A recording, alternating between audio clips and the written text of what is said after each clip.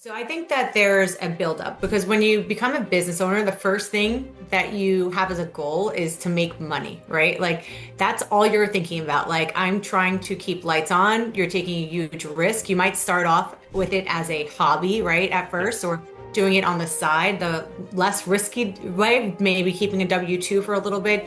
And then when you get to the point where it is a sustainable business and you go all in, now it is up to you, right? Like you're the one that keeps the lights on. You're the one that's going to put food on the table, whether you have employees or not. Like it is your responsibility, right? Welcome to another Thankful Thursday. I'm Jason Sipple. Today we're talking about a topic that every builder and business owner cares about, whether you're thinking about it or not. Robert Kiyosaki said something that's really been stuck in my mind since I first saw his quote. And I believe I saw this quote last week at your event, Danielle, where it said, it's not about how much money you make, it's about how much money you keep, how hard it works for you, and how many generations you keep it for. And I think this is one of the most overlooked pieces of personal finance and of money today. And I have the pleasure to welcome my friend and someone that I met several months ago, and I've been kind of following her and learning from her. And I went to her event in South Carolina last week. She's a serial entrepreneur. She is a rock star, business builder. And I think what I'm most impressed with you about you, Danielle, is how you think and how you talk about strategy. I've never met someone that's in the tax world. And by the way, you brought your kids, they were invested and involved in your father. And so I just love how you live, how you show up authentically. And welcome to the show. It's really nice to have you here. Thank you for such a warm introduction, Jason. I'm so excited to be here. I know we've been going back and forth for months. You've spoken in our community before, and you've been a great resource. And I think we're very, very aligned on mission, family, planning, strategy, helping others, making impact. So I'm excited to be here, and whatever I can do to help serve here today and add value, happy to answer questions and try to help anyone that has anything that they want to bring to the table today. Incredible, incredible. And I wouldn't expect anything less. And let's jump into it. Like we kind of have three general topics we're going to talk about today. So what's the first biggest mistake that you see, business builders, entrepreneurs make on a yearly basis when it comes to taxes? Yeah, so I think that there's a buildup because when you become a business owner, the first thing that you have as a goal is to make money, right? Like that's all you're thinking about. Like I'm trying to keep lights on. You're taking a huge risk. You might start off with it as a hobby, right, at first, Yes. or doing it on the side, the less risky way, maybe keeping a W-2 for a little bit. And then when you get to the point where it is a sustainable business and you go all in, now it is up to you, right? Like you're the one that keeps the lights on. You're the one that's going to put food on the table, whether you have employees or not. Like it is your responsibility, right? So now you worry about revenue, right? Like just making sure you can stay afloat and be profitable, right? That's the next goal. And then once you start to make money, the next goal should try to be how do I keep more of my money? Because Yes. it's a good problem when you make money and you get a tax bill. That means you've made enough for the IRS to say, hey, it's my turn to take a cut from you. But what happens is we end up in what I call like the default mindset of life, where we just go with what is known to us. So like we all grow up from different upbringings, we have different experience and relationship with money, right? Some of us avoid it because it's not something that we learned, something that we felt secure about when we were younger, but now it's something that we want to learn. And that's why you're on this webinar right now because you want to educate yourself and you want to learn something that you weren't taught in your childhood and trying to figure out what is the next level for you, right? And I think that people need to understand that it's actually, when it comes to taxes, it's not like a one sentence answer where you could say, now it's time for you to save money and here's what you should do. It changes from the term tax season to tax conversation. So the biggest mistake I Mm. see is people sitting back and expecting like tax deductions to get thrown at them and tax strategy to get just land in their lap. Like the IRS doesn't send you a letter saying that you've overpaid. It just cashes a check, right?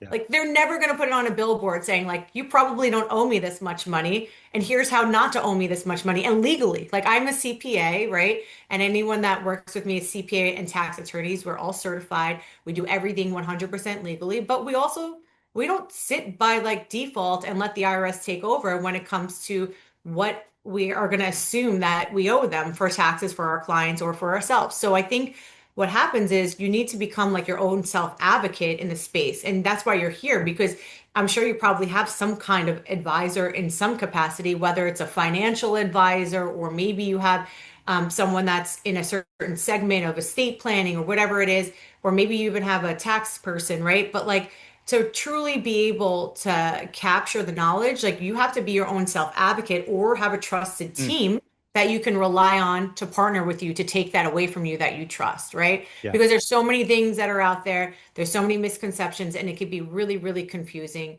And when it comes time to shift over to how to keep more money, not just make money, right? That's something that has to be a conversation. It's all year round. It's a strategy. It's not something that you're going to set once a year in January and forget. There's always going to be moves that you need to make all year round to truly make sure that you're optimizing your strategy to keep more in your pocket that you earned and you deserve yourself. One of the and that's it's amazing that so you can see already why we want Danielle here in this community because our first philosophy is thinking long term, right? And you already heard that Danielle's talking about it about being strategic. I don't know about everyone else here, but is anyone here not paying enough in taxes? Do you need to pay more? Do you wish you were paying more in taxes? Who looks forward to April, right? Like when you hear Danielle talk about taxes and the passion and her knowledge, the thing that immediately leaps out, Danielle, is, hey, I'm taking this 7,700 page book. I understand it's a game and you never use in your conversations with people when you're leading masterminds. I never have heard you or Jason or anybody in your Oro community talk about a loophole, right? And that's what we hear all the time. You see on social media, you say, hey, it's a loophole. Like we have this tax loophole. We have a big vehicle. We can write it off. We can do this.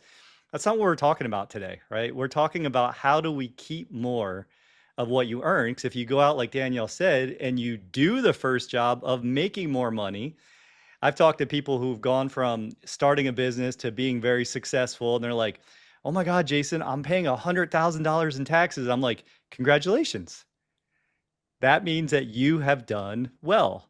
Now, the next thing is how do I open the playbook? And that's where Danielle and her team comes in. How do I open this playbook to keep more of the money I just made? Right. Listen, you can't win every game, every season, every single one. So like if the IRS wins that first game, could you make money? Now it's time for you to take it back, right? Like Yeah. and it's not through loopholes. So like let me give you some practical examples of some of the most significant ways that we're able to see that are legally out there, written in the IRS codes in that major book that Jason mentioned, like and some of the things that move the needle the biggest. So, what are some of the tax strategies that can be put in place? Now, this is not something that is general context because it really will depend on your personal situation, if you're willing to make investments into certain areas, right? But when it comes to a common theme, entity restructuring is one of the biggest ways that we find savings. So, for example, an easy example would be an LLC. Too many people sit in that single member LLC or multi-member LLC for too long. When switching to an S corp on average can save on a $500,000 company anywhere from $40,000 to $80,000 a year. Now, Mm. if you do that over a 10, 15-year period, assuming that you're going to gain and accumulate, that could be over $1 million extra in taxes that you paid just because you had the wrong entity. Now, what I see a lot of people do is when it comes to entity structure and legal setup, they set it and forget. They think, okay, well, it's done. Like I've checked that box. I can move on. But unless all things remain the same and you can confirm that you had the right entity in the first place, that's not necessarily true. So things evolve. The goal is to try to make more than you made last year in a growth stage, right? Of course, you could be at a different point in your life, but for the most part, assuming that you want to make more or figure out a way to keep more, the goal is to try to make sure that that continues to grow. So, taking a look at your entity structure is one of the simplest ways to save money because it's not a huge lift, it's a restructuring. Even C Corps, they get a bad rep because of double taxation. You say, okay, well, I'm going to get taxed at the personal level and also at the business level. But the truth is, C Corps actually have one of the lowest tax rates. It's 21%. So if you understand how to pay yourself through what's called a reasonable compensation, that's a salary that Mm. you would be on if you were to get paid somewhere else. So let's say, for example, you were going to pay yourself around $300,000 a year, right? There's a way to do that. So $300,000 a year doesn't mean that has to be your salary. You can pay yourself $100,000 a year, but then you're using things like these specific tax strategies, how to rent your home out to yourself tax free. There's ways that you can get 20,000 in from that, something called an accountable plan. Think of the work from home. You're working from home, you have an office, you have utilities. Maybe you can funnel another $10,000, $15,000 tax free through that method. Now you're closer to 150,000, and maybe 150,000 could be through tax free distributions. Now your profit, let's say at the end of the day, because you have those write-offs there, is not much at all on the C Corp. So now you're only paying 21% taxes if you time it right.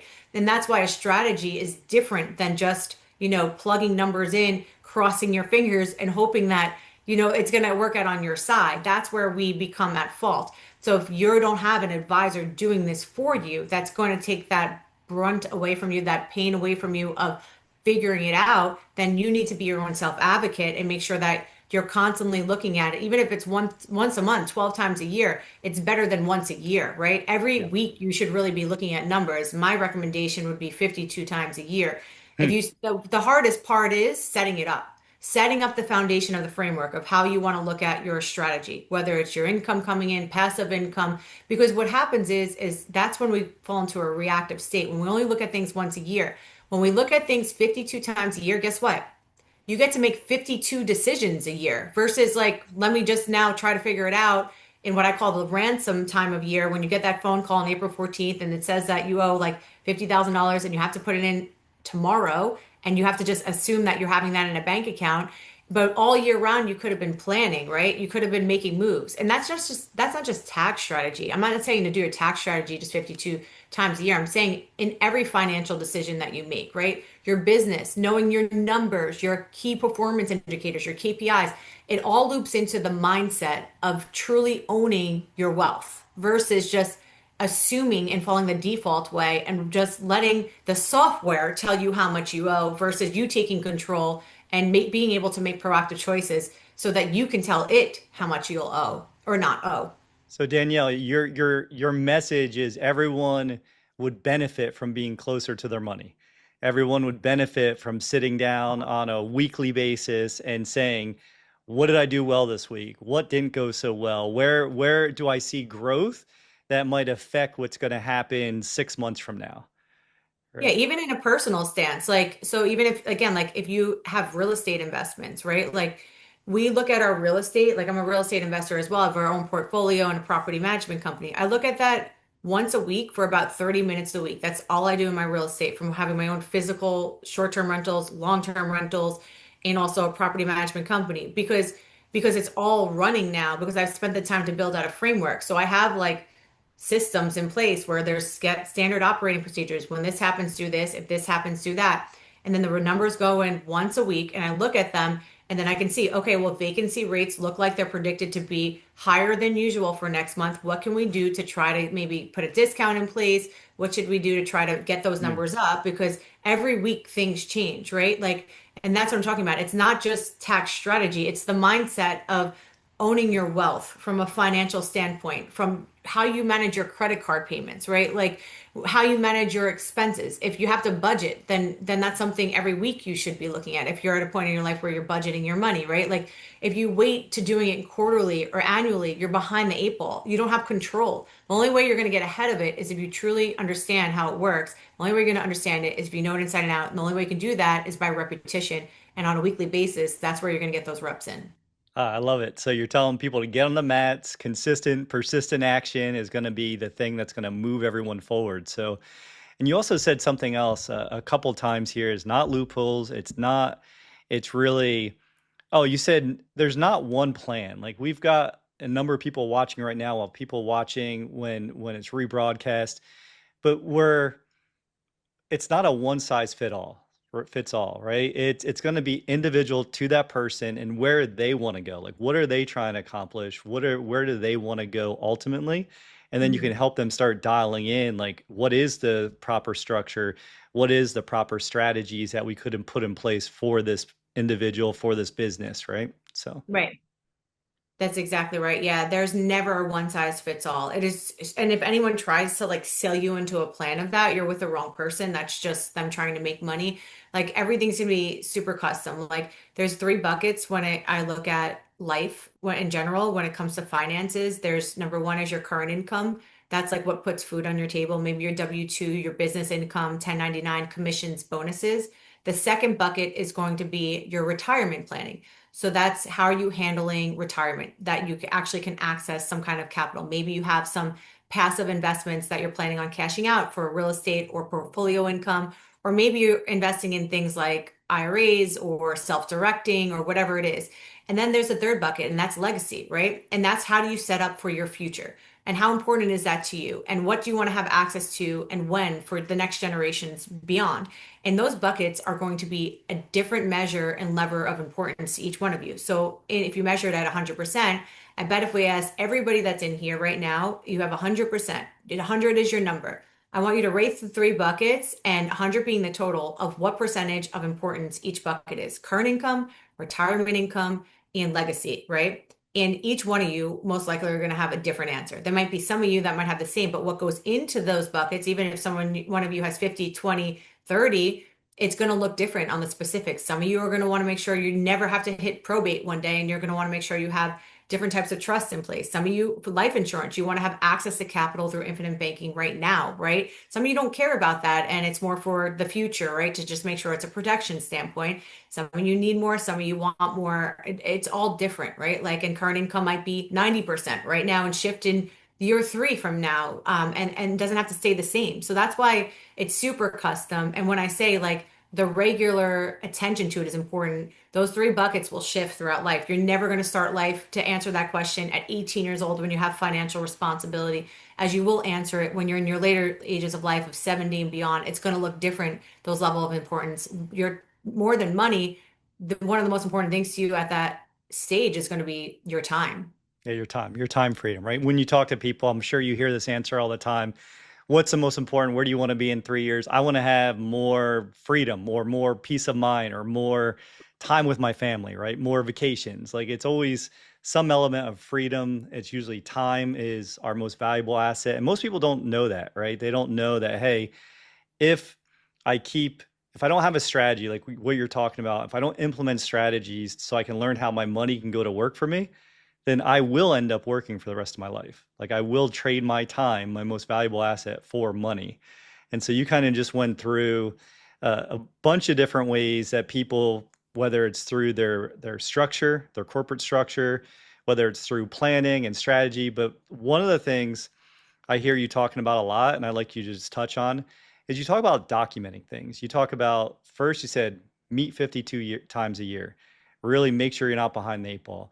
But you also talk a lot about making sure you're documenting what's happening in your life, because that's a way that if you do get audited, if something does happen tax wise, well, then you already have the information needed, right? Yeah, yeah. So on our team, we have a former IRS tax attorney, right? We've converted him to the other side, where now we keep money in our pockets and not the government's pockets. It's a wonderful thing. Yeah, that's a good move. That's a good move. Yes, one less, one less. So it's a great example of like just confirmation of what we were preaching, what we, teach as well. So one of the biggest things when it comes to not just getting audited potentially, right, to making sure you're safe is being able to make decisions, right? Like there's so much that happens between this time now on July 18th versus August 18th. And the way that we're analyzing things today is going to be different than the way that we'll look at things in a month from now. And that's why, again, having this healthy relationship with your finances instead of hiding from them and crossing your fingers is the point that I'm trying to get across. And that's not just in taxes, that's in everything that you do. You should have your own personal financial statement that you should be really, really familiar with and understand where your money is and goals and work your way backwards and reverse engineer where you want to be. So when it comes to documentation, in order to get to where you want to be when you're putting in place certain tax strategies. Like, um, I saw someone on here that I was just on the phone with right before this, and we're talking about renting her S corp out to her home, which is the Augusta rule essentially, Hmm. right? And this is a great way to move money legally in a efficient and free, tax-free matter, not just efficient. And it's 100% legal. It's written into the tax code. It is not an L word, aka loophole. It is legitimate as An it gets. L word, huh? An L word. Yeah. That's a new one for me. I like it. Yes. And it's one of the things that you see the most misguidance and misunderstanding on because it's hit so many angles on like social media and different ways of misinterpretation, but it's 100% legal and effective. Now, when we ask again, like our IRS in-house tax attorney that is full-time for us, now when we ask him like, okay, well, what would come up in the audits, like when people would get audited? Is this a risk item? We went through every single, he's written out our whole playbook with us on tax strategy, right? And the one thing that the IRS wants is they want backup. And if you have backup, they're generally going to leave you alone because guess what? 95% of people don't have supporting documents. So what would be an example if you're going to rent your home to yourself tax free? You would actually, number one, have to move money. You'd have to move money from your business to your personal account, right? Either write checks or hit money wires. You're not going to want to do it in a lump sum because you could rent your home out to yourself for up to 14 days tax free. This is just one example of many, right? The Yes. next thing you're going to want is documentation. What is documentation in this example? When you're meeting in your home and you're saying it's used for business, they're going to want to see that you have meeting minutes, aka some kind of notes, note taking, some kind of writing of exactly what the context was, what you went over. And there's no rule of how long the meeting has to be, but essentially, like as advisors, we like it to be 4 hours and we like the time to be on there. And that's just optics. Like it just shows that you're having like a legitimate meeting that's more than like a 30-minute Zoom meeting, which is worth renting out your home for a day for $2,000 versus a 30-minute Zoom meeting that you can do in a coffee shop, right? So it just provides optics in place. So we have notes taking, we have money movement, and then the third thing would be we'd want an agreement between yourself and the business, right? Showing that this is happening. And then the Hmm. fourth thing would be is we want reasonable comps to be done in the area. So if you're renting out your home for a day, how much would it cost to rent out somebody else's home for the day on a short-term rental or a conference room or an office building, depending on the size, and making sure that that's legitimate. Pulling those comps, having that PDF backup there that is time-stamped and truly that if they see that and that's all there, they're not going to give you a hard time. If that all checks out and the cause of the meeting is legitimate, they're going to say, "Oh, this is they have everything there. Okay, next." Like they're looking for the ones that don't have that. They're pulling the triggers and again, they're not going to audit you because of that. I'm assuming that your entire, portfolio is getting audited and they're pulling everything everywhere, right? So if you have those supporting documentations, like as much as entrepreneurs, for those of you who in here is a business owner, Give us some eyes in the chat if you're a act, business owner. active business owners, we want eyeballs, or if you don't know how to do the eyeballs, just say Oh, me. eyeballs. Yeah. There you go. Another reason you're here. So you can get eyeballs. Yes, we got a hand raise, whatever you want to do. Yeah. That's fine. We'll make some noise. So yes, Brianna's. Yeah. some business owners in here, right? And there's probably a lot of us in here that are business owners. And there's a lot of availability when it comes to the tax code. The tax code was written for business owners for sure. Like there's way more advantages for business owners. Now does that mean that there's nothing for individuals? Absolutely not. There's great advantages for individuals as well. There's just a lot less of them. There's more of an abundance for business owners, for sure. Yeah, which makes it more fun for you and your team with tax strategies. But you also have, folks who are making, like you had someone in your mastermind who is a very high income W-2 employee, but then she also has a very big and healthy real estate portfolio. And you talked about the ransom day, right? When you just get, oh my God, like you have this many hours to come up with X amount of money. Like who here's been there? Like that happened to me recently. I mean, I'm talking to Danielle later today about exactly what we're talking about here today because you don't want to be caught unaware when something that big changes because all of a sudden you're in reactive mode and you have to find a way to fix it. And when you do that, it's not as easy as it is if you just had taken the time up front and said, okay, this is my goal. This is where I'm going. This is the playbook, and this is how we're going to operate it, right? And you keep getting a little bit better every time you do that. So, So we got one business owner. What else would you tell people? So we went through kind of, I mean, you just gave a great playbook of the Augusta rule, like how and what you do. And again, I love that you talk about documenting because I haven't seen that many people that are tax folks really talk about the documentation. They just talk about the pain of paying more taxes than you need to. They talk about how you could do more, but they don't really tell people the how. And they don't really emphasize the need to document things, which I love that. Like I actually really, really appreciate that because it's strategic long-term thinking. And then it has us learning this new game of, okay, I could keep more of my money if I just wrote stuff down. If I just had an idea where I was going first. No, that's exactly it. So it's obviously coming up with your plan, and then as you move things, like as you develop strategies, there's a playbook. Like there's literally a hand, like there's a not handwritten, digitally written, ideally playbook, right? And then we have what we do is for each strategy, we come up with the documentation and backup. So, for example, if you have something called real estate professional status, which is veering off of the example that Jason just gave with the high net worth individual that also had a major real estate portfolio, she was able to maintain something called what she was eligible for real estate professional status, but not because she was a high net worth individual, because her husband, she was married and he was spending more of his time in real estate than anything else. He was able to maintain that status. And because of that, and they're married filing jointly, she was able to wreak the eligibility for that. It's a high net worth individual on a W-2 commission, more commission based individual. And that was able to offset a ton of her ordinary income earnings, which she would be taxed at one of the highest effective tax rates in the US code, right? But because of that, she was able to save, a few $100,000 right away. Overnight, her accountant told her that she was owing, I think it was 150,000. She got called on April 14th. And then just from a conversation and, we move things around and stuff.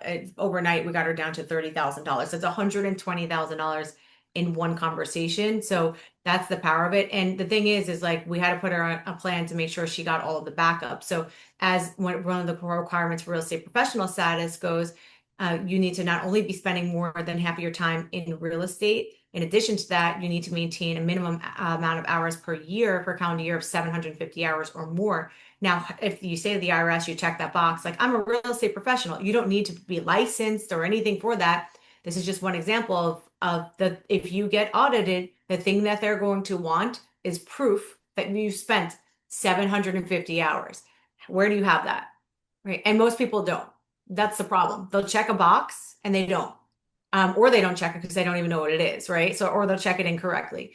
And that's where, we'll create an Excel spreadsheet and there'll be where there's also some apps that you can track and time code. You can track your time and print it out at the end of the year and upload it to your, supporting documentation when you file your taxes as well. So it's there for audit proof, it's there for support, it's there for decision making, it's there for analysis, it's there for clarity, it's there to really display the entire trajectory of your plan for the year. We create Excel spreadsheets for our annual advisory clients, which means you're in our 1 year plan. And every single tab is a different tax strategy. And then there's backup that is specifically containing the strategy and the required supporting tools and documents as well. And that helps them calculate. It's not just to like, in case you get audited, how do I know how much I'm even going to save from like the Augusta rule if I don't have a plan in place, right? Like I have to predict something on there. If I think I'm going to get $20,000 tax free, then I don't need to put that in my salary because I have a different way to funnel money in and it's tax free, which would be better than $20,000, would be $40,000, before tax that would get taxed that would turn into $20,000.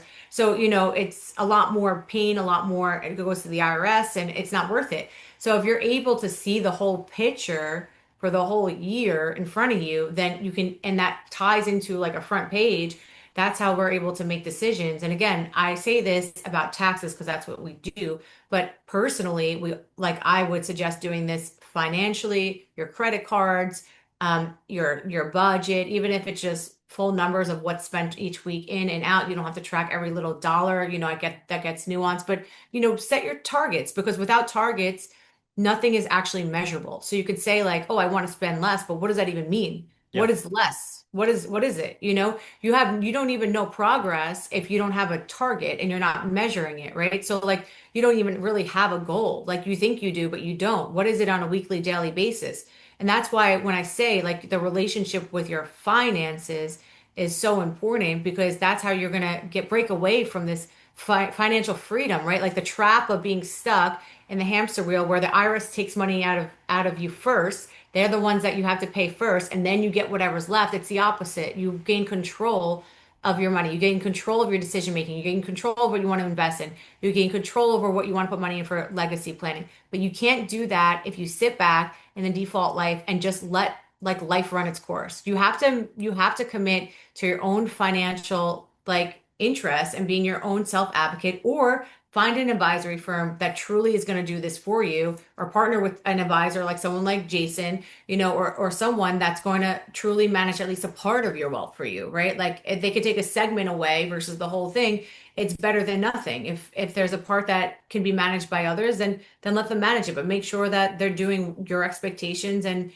they're analyzing it the same way you would, because no one's going to care more than you. I'll tell you that. Yeah, no one's going to care more about your money than you will. And it's different tools for different parts of what you're trying to do. But again, I think the most important thing that you're talking about is really having a direction and knowing where you're going. Like you talked about, Patty and I call it not budgeting, but we call it tracking. It's like we have money, and when we spent the money and we look back each week, was that aligned with our vision of where we're going and our lifestyle that we want to live? Or so is it going to the appropriate place?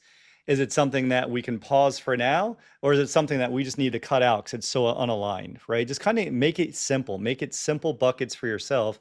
And then you already learned, like we talked about Kiyosaki's quote at the beginning. Hey, it's not about how much money you make, it's how much you keep, what do you do with it when you have it, and then how do you leave it? So far you've covered, okay, it's, one of the biggest mistakes you see entrepreneurs and business owners and folks with real estate portfolios make is their structure of their entity. Another is waiting too long to plan, like a second biggest mistake, waiting too long and being in a reactive mode, in ransom mode, if you will.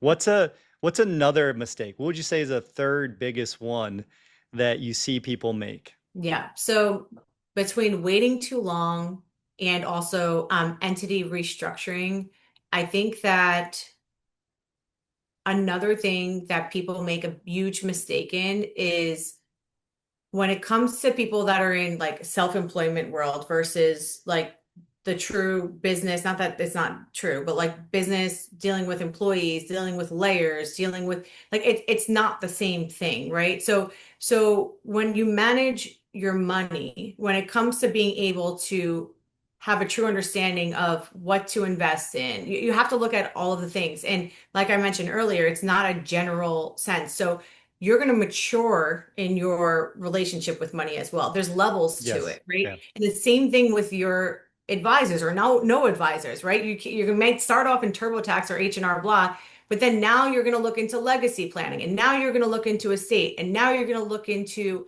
some of the current things that you want to put in place. So I think a big mistake in general is like staying the same and not leveling up your overall planning as you grow, as a person, as you age, as you have different circumstances, as you have different people in your life, family, dependents, all the things that has to be analyzed from an overall perspective, not just, Yeah. a set it and forget. Just like kind of like with the entity restructuring, that's a big portion of it. We can talk about all different strategies to make you save less, right? I mean, save more and spend less. You don't want to save less. That would be very bad. But instead, like Yeah, it's it don't be like the 99% of Americans out there saving less yeah. than 5%. I know that's nobody here. Nobody here is saving less than 5%. You all are at least following the first law of wealth of paying yourself 10%. But back to you, Dan. I don't want to No, hijack, that's but just okay. yeah. Yeah, there's ways that you can put your kids on payroll, right? Yes. To avoid any type of federal tax if you do it the right way. And that could be up to $16,000, 16,100 per year, right? Like there's the solo 401k is another example. So instead of being self-employed and just doing like some of the smaller investments with the IRAs and stuff, there's different ways that you can invest and funnel a lot more money into a more tax efficient vehicle, right? So all of these things are going to evolve and change as you continue on with your life. Every year is going to look different. Every year you're going to have different circumstances. You're never going to be able to say this year and this year were exactly the same. It just will never Yes. happen, you know? So just that evolution of being of your overall planning needs to also evolve every year, not just your entity, not just like again the timing, but your overall plan and strategy. And you can back into that with your life plan, right? And every year can look different, but your overall plan should be reanalyzed every single year. Yeah, I love that. And I mean, I love that your model, your built to keep model. If you haven't heard Danielle talk about it, I'm sure she'll be back and we'll talk more about it. But she talks about like your built to keep being a house, right? And she's a great artist, by the way, too. I don't know if you knew this, but No, she now draws now she'll he's draw being sarcastic. she'll Now draw he's being sarcastic. hey, how did you recognize that? She'll put the foundation down and then the walls and then the roof, right? And so one of the things as I connect with different people, depending on where they are in their journey of life and where they are in their thinking, right? It's always our money and our thinking about our money. And at some point, we have to look like we're not going to be here forever. We are going to graduate. So, what are we leaving behind? Like what are we leaving behind? And that's why it takes different tools. That's why it takes someone like myself that's going to help you structure your whole life insurance properly where you can use it for the living benefits. But ultimately, it's the multiplier in the Rockefeller waterfall method, right? And then you have Danielle, she wants to help you strategize to keep more money, to understand how you use the playbook. And then you have someone that's going to be an estate planner. This is what the wealthiest families are doing. And all we're doing is bringing the conversation to thinking here and talking about it with you so you can go and work with Danielle and her team. I know we already popped a link in the chat if that's something that you'd like to do. I'd highly recommend it.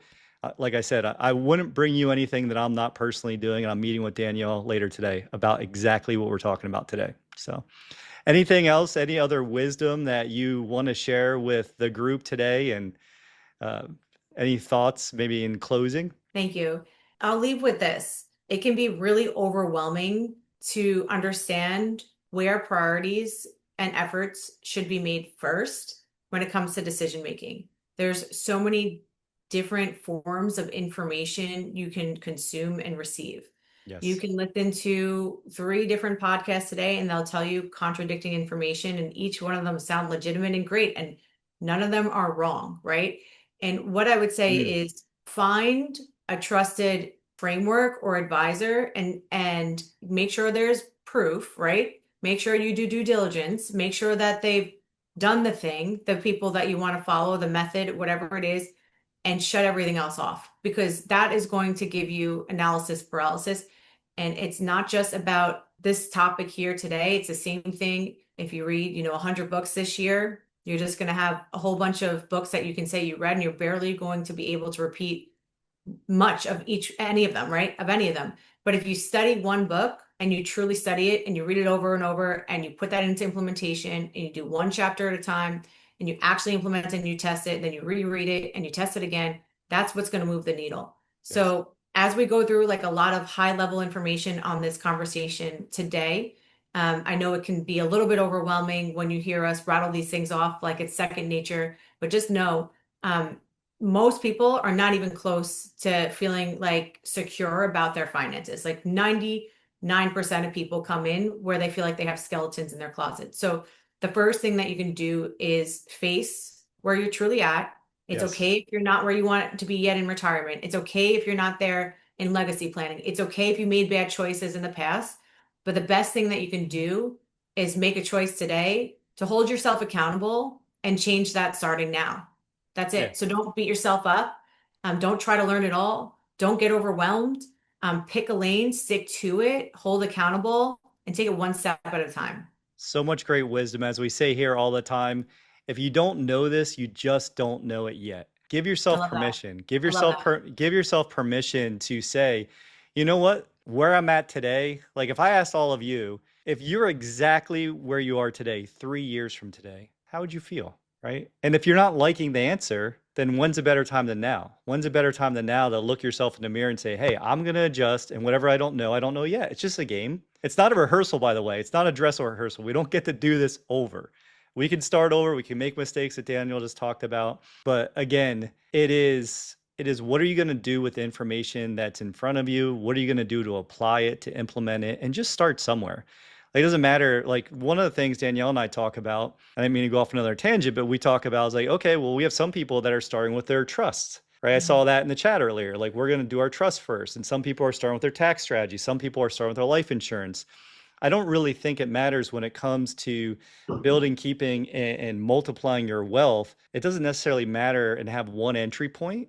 It's just what is most important to you in that moment to solve, and then finding the trusted tools and people that are going to help you fill out that whole journey for everything that you want. So again, Daniel, I really appreciate you coming and sharing time with me today. I'm looking forward to continuing collaborating and bringing you into the group to next time we're advertised and bring more people. Really blessed to have you. Please book a call with Danielle if what she said resonated. I know that she and her thinking, or her team's thinking, is different than anybody else I've encountered in the space. So truly blessed and grateful for you to be here. Thank you. Grateful to be here. Thank you, all of you, for listening in, and looking forward to future conversations and helping you in any way that I can. Thank you.